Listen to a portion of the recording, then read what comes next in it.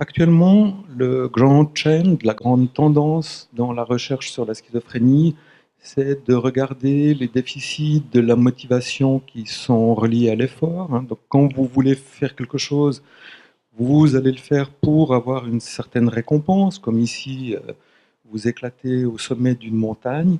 Mais pour arriver en haut de la montagne, vous allez devoir faire un certain nombre d'efforts. Euh, et c'est dans cette balance récompense-effort qu'on va s'engager dans une activité. Par exemple, tout le monde ici aimerait faire du fitness 2 fois par semaine. Qui c'est qui le fait? D'accord. Il y a quelques courageux. Il y a des gens qui ne sont pas conscients de l'effort. Euh, et il faut prendre une décision, puis ensuite, on doit avoir un certain nombre de ressources à disposition dans la communauté. Donc, dans la schizophrénie, au niveau des récompenses, et on va passer en revue ces quelques problèmes qu'on a, on a des problèmes au niveau de l'anticipation du plaisir et de l'effort, c'est-à-dire dans l'anticipation du futur. On a quelques problèmes autour des émotions positives. On a des problèmes de calcul de l'effort et la probabilité d'obtenir une récompense.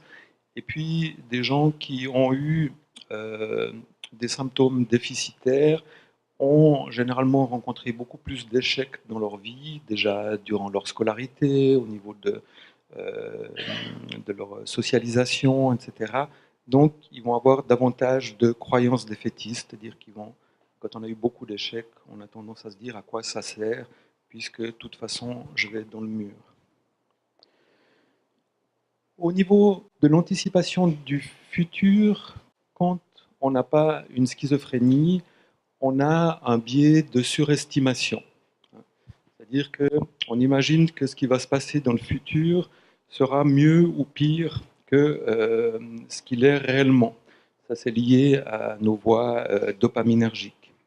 Et ça, pour différentes raisons. C'est que la simulation, ben, elle est non représentative, hein, donc elle est basée sur aujourd'hui, hein, et elle est construite sur des souvenirs, et on a tendance à se rappeler de hier, de sa meilleure journée et de sa pire journée, hein. Donc on a tendance à se rappeler des événements récents et inhabituels. Quand on simule quelque chose dans le futur, on a tendance à l'essentialiser, c'est-à-dire qu'on néglige les détails, hein, et ce qui fait qu'on pense que les bons événements seront meilleurs et que les mauvais événements seront pires. Et puis, plus l'événement est lointain, plus les détails sont négligés. Par exemple, si vous réfléchissez, que vous anticipez vos vacances de l'été prochain, euh, ben, vous aurez tendance à négliger beaucoup de détails et voir que le meilleur. La simulation est abrégée, on sélectionne les moments saillants, on ne tient pas compte que les réactions émotionnelles se dissipent avec le temps. Donc si on anticipe quelque chose de douloureux et qu'on se rappelle quelque chose de douloureux, on va se rappeler les pics de douleur et on va s'imaginer les pics de douleur où on va se rappeler que les bons moments des dernières vacances qu'on a eues et oublier les choses qui étaient moins importantes. Et puis, on est dans un contexte différent, hein, c'est-à-dire quand vous anticipez le futur, vous êtes au contexte T0 et le futur sera le contexte T1. Donc, si vous êtes affamé, vous allez imaginer que vous aurez avoir davantage de plaisir à manger des spaghettis au petit déjeuner demain. Tandis que si vous êtes repu, vous n'aurez aucune envie de vous projeter dans. Donc, ce qui se passe chez les patients, c'est que les patients, eux, ben, ont une estimation correcte du futur. Donc, la simulation est non représentative, il y a une difficulté à intégrer les émotions positives dans la mémoire à long terme. La simulation est essentialisée, donc les patients auront des souvenirs moins clairs et moins détaillés. Il y aura une difficulté à conserver une émotion positive quand le stimulus est absent. Et puis, une réduction de la variabilité des contextes, euh, qui est liée surtout au fait que les personnes qui ont une schizophrénie sont généralement plus pauvres que les autres et ont donc moins les moyens de changer de contexte, comme des gens qui sont plus aisés financièrement. Au niveau des émotions positives, alors même si des patients peuvent rester assis de longues heures ou allongés de longues heures dans une journée, ce qu'on sait, c'est que quand les gens ont du plaisir, ben, ils ont les mêmes émotions positives que n'importe qui. Ce qui peut arriver, qui est un peu particulier, c'est que quand ils ont des niveaux, quand ils ont des émotions positives, ils peuvent en même temps avoir des émotions aversives, et ceci quand ils traitent des stimuli positifs ou neutres. Au niveau du calcul de l'effort, les patients vont avoir tendance à moins explorer les réponses alternatives quand leur valeur est incertaine. Et ce déficit est clairement associé à l'anédonie, cette difficulté d'éprouver du plaisir.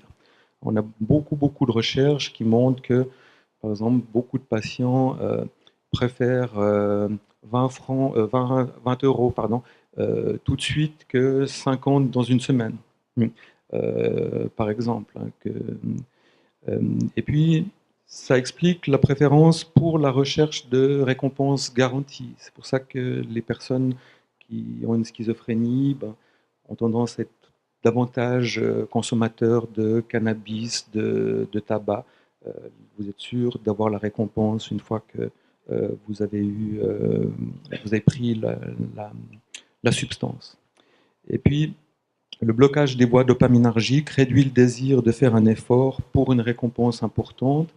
Et puis, le traitement de la schizophrénie, c'est de bloquer les voies dopaminergiques, puisque c'est ce que font les neuroleptiques. Ça, on a peu d'études sur l'impact des neuroleptiques sur l'anédonie, mais on a un certain nombre d'études qui montrent qu'en tout cas, avec les anciens neuroleptiques, ça a un effet pour réduire la capacité d'éprouver du plaisir. On a moins de données sur les nouveaux.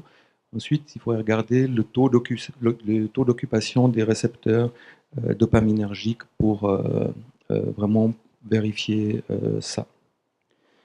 Et puis, les croyances défaitistes, c'est ces pensées négatives sur sa capacité à réaliser avec succès un comportement orienté vers un but qui peut empêcher l'initiation et le déroulement de ce comportement. Et ce qu'on a vu jusqu'à maintenant, c'est que les interventions qui ciblaient les croyances défaitistes ont conduit à une réduction des symptômes négatifs et une amélioration du fonctionnement. Donc, c'est ces différentes variables qu'il va falloir prendre en compte dans le développement d'un programme pour améliorer l'anédonie et l'apathie.